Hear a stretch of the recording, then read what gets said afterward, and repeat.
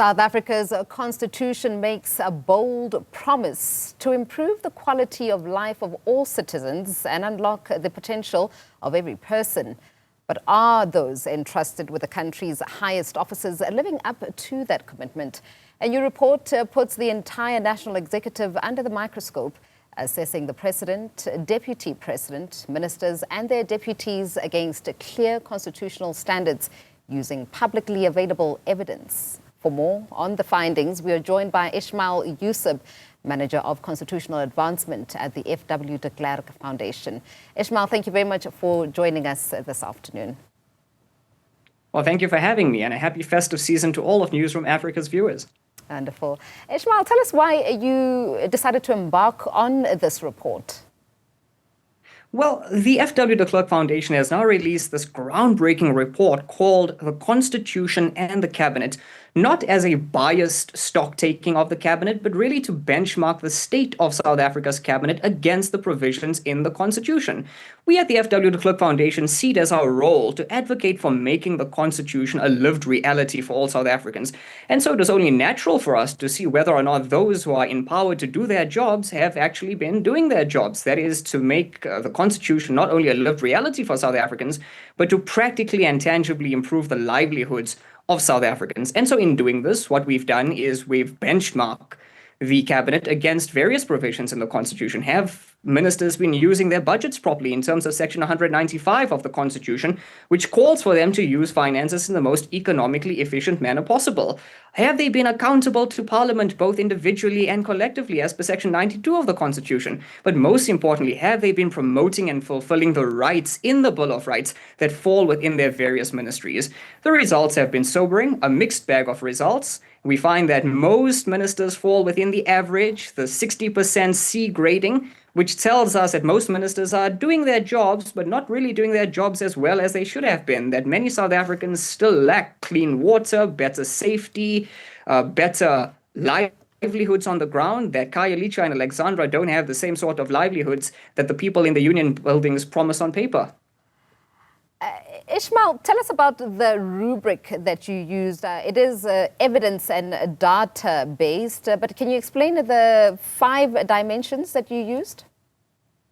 Oh, precisely. We were very factually based in all of our evidence, and we internally peer-reviewed all of the writing in the text to make sure that there is no bias. And basically, the rubric was the Constitution, but also leadership and vision. What sort of direction and priorities come from these various leaders? What sort of constitutional alignment do they have? Let me give you an example. Pieter Groenewald, Minister of Correctional Services, might have rhetoric to say, bring back corporal punishment. Is it constitutionally aligned?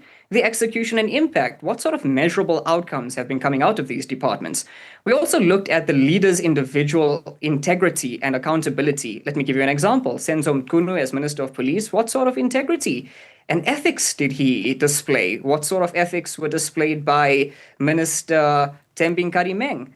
What sort of use of public resources were there? So, for instance, did ministers actually use their department's resources economically, like Minister Josienta Ramokgopa, who was our top scorer in turning around Eskom, or did they use it for foreign flights abroad? And finally, the advancement of rights, as per the Bill of Rights, using the Bill of Rights as our yardstick. So we relied only on public evidence, audited general reports, for instance, annual reports, budget votes, parliamentary oversight. We looked at court judgments as well, and we looked at credible media investigations as well as utterances by ministers themselves. All right, now both President Cyril Ramaphosa as well as the deputy Paul Mashatile received relatively low scores. Why are the most powerful officials in cabinet getting such low scores?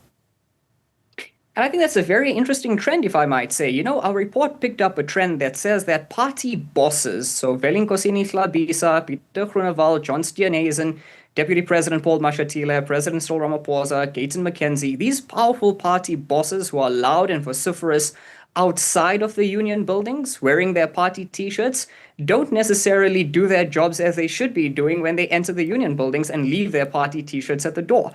As regards President Cyril Ramaphosa, we found in our report that he has been a strong consensus seeker, a strong coalition builder, engineering this 10-party grand coalition or GNU, but that there was a lot of inertia on his plate, that the presidency hasn't been viewed with great regard among South Africans, that decisions have often been delayed, that the Tinswalo dream that he referred to a year ago has been deferred. In terms of the deputy president, a lot of scandal facing his portfolio. And so therefore, again, public sentiment saying, if you are our president tomorrow, would we have confidence in you? And these all resulted in his gradings, or their gradings, rather being downgraded from what they should have been to where they currently are. Those are interesting rubrics that you are using there. I mean, let's talk about then the local government elections coming up next year. I think that if one were to read your report, it should kind of be a guideline or somewhat of how people should be thinking about their leaders. What would you say are some takeaways or ways of looking at leadership from your report? One of the most interesting things is that even though local government and therefore local government elections happen to be the coal face of service delivery between citizens and their various municipalities, leadership in the union building sets the direction, sets the narrative, sets the tone for the entire country. And when leadership is lacking from the top down, we find that not only does it dissuade voters from wanting to vote in the first place because of the sentiment that nothing changes, but directly affects local government in terms of service delivery. Budgets might be misappropriated. You might have tone-deaf leadership at the union buildings when in fact you should have strong, responsive, speedy responses. And I think looking again at Minister Kgosientsho Ramokgopa, we've seen this. We've seen the turnaround of Eskom. We've seen the fixing of the electricity grid and the getting back of the economy onto its feet as a result, which directly results in better service delivery for small businesses, for homes that now have electricity generation. And so to answer your question quite pointedly, I think local government elections will be a barometer on leaders at a local government level, but our report will certainly influence such behavior. Ismail, how would you respond to critics who may claim that these rankings are politically motivated or biased towards certain parties within the GNU?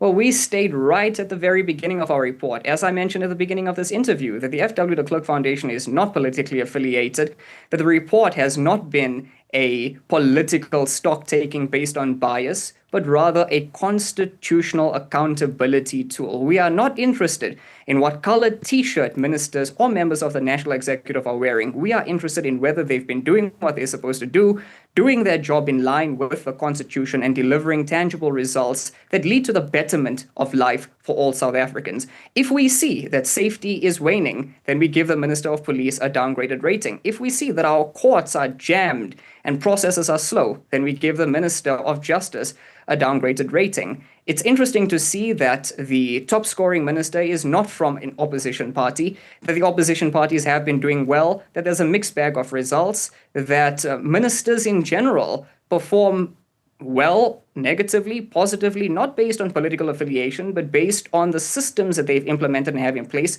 implementation capacity, and a willingness, political will to do the job. Ismail, thank you very much for your time. That was Ismail Joosub from the FW de Klerk Foundation.